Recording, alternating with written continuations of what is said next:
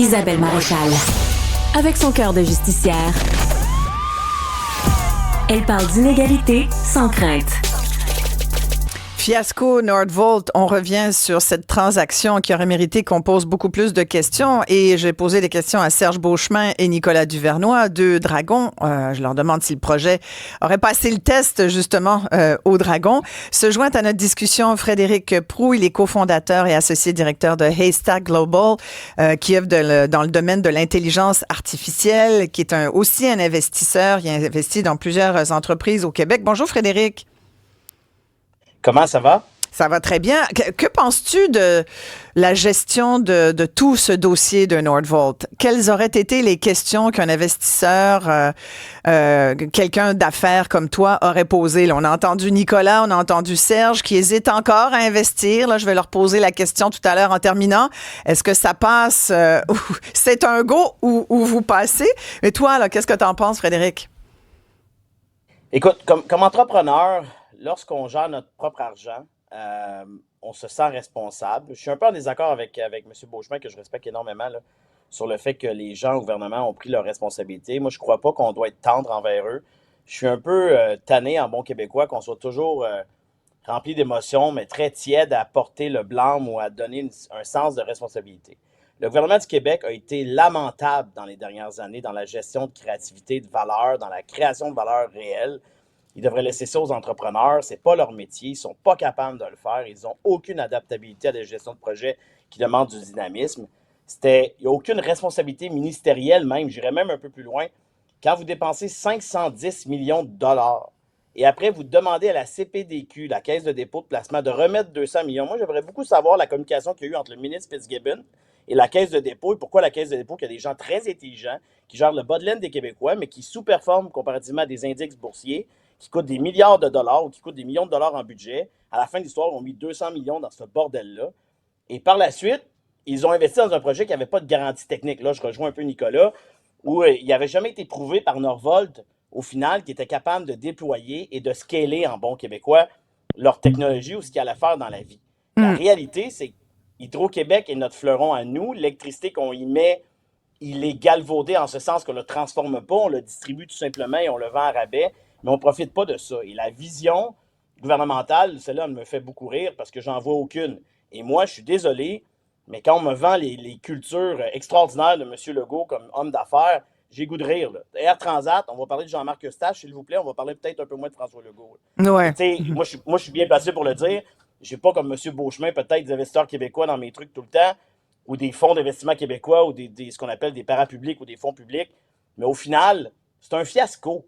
Et moi, je trouve qu'on a beaucoup d'émotions au Québec, mais on a rarement des opinions. Là. On est mi-figue, mi-raisin. Là. Mais au final, c'est une catastrophe. On parle de Lyon, Taïga, là, je peux continuer, les Flying Wells, puis tout ce que vous voulez imaginer. Je pense que je suis rendu à 6 milliards, puis j'ai pris 10 minutes. Alors, tu sais, et à la fin de l'histoire, je pense... T'as oublié l'usine de recyclage. L'usine de recyclage Varennes, là.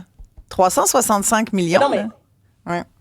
Mais parce que je ne crois pas que le Québec, ou le gouvernement du Québec présentement, a cette culture de responsabilité entrepreneuriale. Et malheureusement, c'est pas leur argent. Alors qu'on arrête de me dire, Isabelle, puis moi, tu me connais, là, je suis un peu plus, je m'en fous un peu plus que les gens en pensent, mais je vous dirais la réalité suivante, c'est leur job, c'est pas leur argent. Et quand quelqu'un vous fait croire qu'ils sont là pour le fonds public, puis qu'ils veulent aider les pensions des petits vieux, tout ça, c'est de la merde. Je suis désolé, là, mais au final, c'est un fiasco. Il n'y a personne qui a perdu son emploi. Madame, je crois, la sous-ministre qui est là, Madame Sauvé, je crois qu'elle était dans le temps du COVID ou à la santé, ou je sais pas. La dame qui se promène tout le temps, c'est que des fiascos. Ces gens-là ne perdent jamais leur emploi. Et moi, je me mets au défi de savoir combien de personnes ont perdu leur emploi là-dedans. Je suis convaincu que personne. Et c'est ça le vrai scandale. Ouais. Serge Beauchemin, peut-être en réaction à ce que Frédéric Proulx vient de nous dire?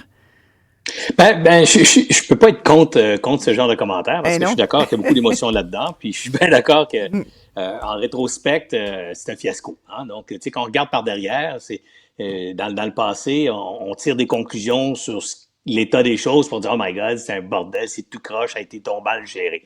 Là où je suis moins d'accord, c'est d'attribuer des motivations ou du laxisme ou de peu importe là, ce qui a créé le fiasco. J'étais pas là, tu sais. Alors, c'est difficile d'avoir tous les détails qui causent le fiasco. Là où je suis d'accord aussi avec Frédéric, c'est ça prend des responsables. J'en parlais tantôt. Il faut changer notre façon de gouverner. À mon avis, il faut mettre en place probablement une certaine part de responsabilisation des décisions majeures. En haut là, je vais faire un parallèle un peu ridicule, là, mais bon, les gens vont comprendre, mais quand on achète une compagnie, on dit qu'il y a une matérialité là, dans la décision. Si en haut de 50 000 $, il y a un écart en haut de 50 000, ben là, il faut que les parties soient mises au courant. Probablement que dans des projets importants comme ça, il devrait y avoir une plus grande transparence du processus décisionnel. Il devrait y avoir des gens d'affaires qui font partie de la décision, à qui on donne beaucoup plus de poids dans la décision, parce que c'est une décision d'affaires, c'est une décision business, et pas une décision politique. On ne devrait pas avoir des gens politisés qui prennent ce genre de décision pour l'intérêt de l'ensemble de la population. On devrait avoir des gens d'affaires, des gens qui connaissent la business et qui viennent prendre une décision pour laquelle ils n'ont pas d'intérêt personnel. Ils ont un seul intérêt qui est l'intérêt collectif. Frédéric est un bel exemple. S'il avait participé à cette décision-là, lui, il n'a pas d'intérêt dans les batteries et dans les histoires de trucs électriques. Ben, il serait bien content de prendre une décision pour que la province gagne, qu'on gagne comme État. Le problème, c'est qu'on a souvent des gens qui prennent des décisions qui ont aussi un pouvoir personnel là-dedans. Si c'est une bonne décision, je vais donc, moi, avoir l'air du grand sauveur de la population. Je vais inscrire mon nom dans le grand livre de l'histoire du Québec. Et c'est pas important, ça, quand on prend des décisions pour la communauté. On devrait avoir le bien commun à cœur, tout simplement. Oui. Frédéric, oui. Mais tu sais, M. Beauchemin, puis je me permettrai pas de vous appeler Serge, on ne se connaît pas personnellement, mais non, c'est pas grave. Vous pouvez m'appeler Serge, moi je l'appelle Frédéric. mais l'appareil gouvernemental, selon moi, il n'a pas d'impunité. Et c'est ça, le bas blesse. Moi, je suis pour l'innovation. Je suis un rêveur, moi aussi. Je suis un optimiste. J'ai investi dans un projet qui s'appelle Ferme d'hiver, qui est extraordinaire au départ, qui était bien écrit. Après ça, il y a une politique de la chaise vide d'investissement à Québec, puis des gens qui sont perdus. Puis là, Fitzgibbon est parti. Puis là, il n'y a personne qui voulait porter le chapeau ou porter les pantalons parce que ça ne leur tentait pas cette journée-là. Mais peu importe, au final, il y a des vérités. Et à la fin de l'histoire, il y a des faits. Puis la politique de la chaise vide gouvernementale, dès que ça brasse un peu, elle existe. Et la preuve, ils ont tous quitté. Et encore une fois, il n'y aura pas de responsabilité. Ces gens-là n'auront pas d'impunité. Vous et moi, Serge, lorsqu'on perd de l'argent, on le perd pour de vrai. Ça fait mal pour de vrai. Ces gens-là n'ont pas mal. Désolé. Tout à fait. Tant qu'ils n'ont pas la je suis d'accord. il n'y a pas la conséquence. Hey, attends, Frédéric, il y a tellement pas mal, Pierre Fitzgibbon, là, puis j'y veux pas de mal non plus. Là, je veux dire, moi, je le connais pas tant. C'est pas une question de vouloir du mal. Non, c'est ça, là, c'est vraiment de dire. Non, mais je veux dire, il n'y a pas d'animosité, il n'y a pas d'agenda caché, il n'y a rien. Je regarde juste un ministre qui a, comme, à mon avis, pris une mauvaise décision, mais puis on l'a dit, il n'était pas tout seul non plus, mais il était quand même le plus excité de la gang des excités, il faut quand même le dire. Puis qui aujourd'hui travaille pour l'industrie de la batterie. Fait que c'est sûr qu'aujourd'hui, il peut relativiser les deux pieds sur le pouf. Tu comprends? Parce que lui, dans le fond, il n'a rien perdu, bien au contraire. Fait que c'est là où j'ai de la misère, tu comprends? Je me permets, Isabelle, encore, je ne veux pas prendre trop de temps, mais le gouvernement n'a pas cette capacité-là d'adaptation rapide et stratégique. Voilà. Ça, c'est intéressant, ce bout-là. Ouais. Toi, tu dis, ce n'est pas le. Toi, tu dis, c'est pas la job du gouvernement de faire ça. Écoute, la preuve, c'est qu'ils perdent 14 millions par année, puis c'est pas grave. Alors, arrêtez de leur donner leur argent. Ils sont pas capables de le gérer. Je sais pas à quel point on a toujours le goût que le gouvernement vienne nous sauver. À chaque fois qu'il essaie quelque chose, la preuve 5,6, ce qui n'est pas un très bon résultat après 10 minutes de recherche. Mon point, c'est qu'ils n'ont pas cette capacité-là. Je pense que Serge ou des gens compétents comme ceux-là ont plus de capacité de gérer le bas de laine. Mais au final, moi, je vous le dis, là, j'aimerais beaucoup savoir pourquoi la Caisse de dépôt a mis 200 millions de dollars et qui a fait pression. Ça devrait être public. On devrait le savoir, ça. Et moi, le 510 millions du gouvernement du Québec, la personne qui a fait de l'argent, c'est Luc Poirier ou peu importe c'est qui était dans le terrain. Bravo à eux. Mais les gens qui pensent que ce terrain-là va se revendre 260 millions, là, ils sont complètement capoutes. Là. Ça va se revendre 40. Moi, j'ai parlé à des gens que je connais un peu. Là. Puis d'après moi, là, ça va se vendre autour de 40 à 50. Puis je prendrai un 100 $ de pari avec qui il veut. Là. D'après moi, c'est à peu près entre 40 et 50. Et puis j'ai posé la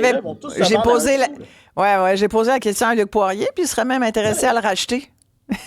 Ben, imaginez comment ça se À 40 millions. À 40, il n'est pas fou, il s'est compté, lui. Ouais, on a Nicole. Ouais. Vas-y, Frédéric, en terminant, ouais. Désolé. Mais non, vas-y en terminant. Ce que je veux dire, c'est que pour moi, c'est une question de responsabilité, de gestion de projet dynamique, ce qui est impossible présentement avec ces gens-là, selon moi, puis ils ont fait le bilan. Puis au final, avant d'investir 510 millions de dollars canadiens dans un projet où il n'y a pas encore de capacité technique prouvée, qui est une start-up d'ailleurs, la seule point que j'ai terminé rapidement, moi, contrairement à Nicolas, je ne crois pas qu'il fallait mettre 200 millions à travers encore du gouvernement qui nous gère ou qui s'en vont dans des régions, essayer de créer des affaires, puis encore créer des programmes où à la fin, c'est des avocats et des comptables qui font ben de l'argent. Mais au final, non, mais moi, je disais de dans l'innovation, parce que les chercheurs qu'on a ici au Québec sont Nicolas, ouais. Je parlais, moi, plutôt que d'offrir l'argent aux entreprises extérieures, d'offrir l'argent à certains fonds de recherche qui font des travaux exceptionnels. On regarde ce que Polytechnique fait, on regarde ce que l'ETS fait.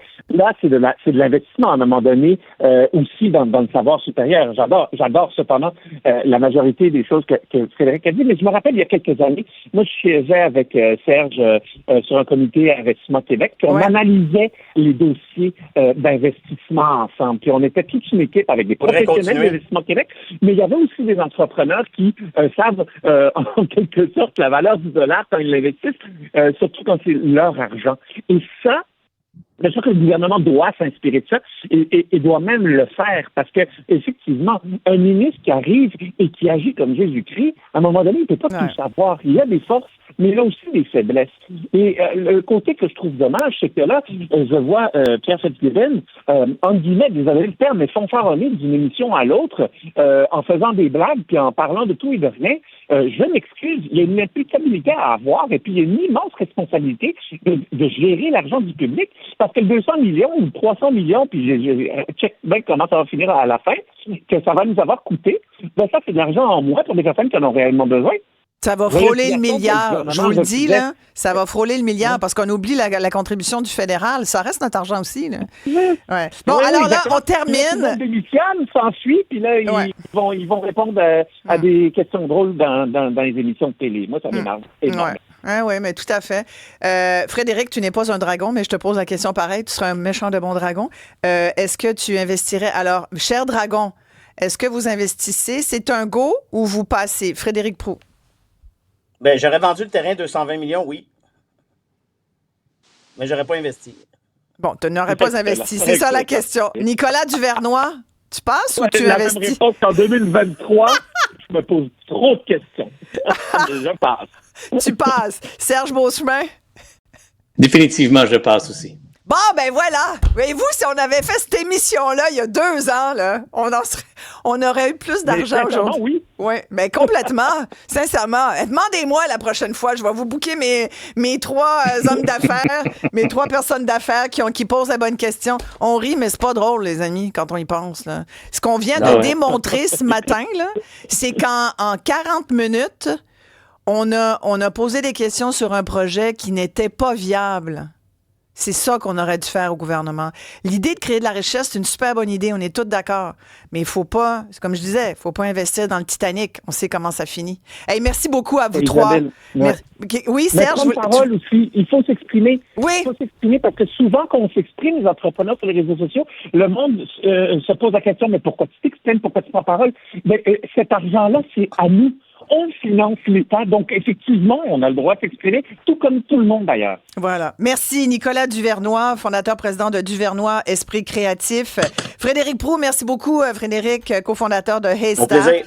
Serge Beauchemin, entrepreneur, investisseur, également ex-dragon. Merci beaucoup d'avoir pris le temps tous les 3, très apprécié. Avec grand plaisir.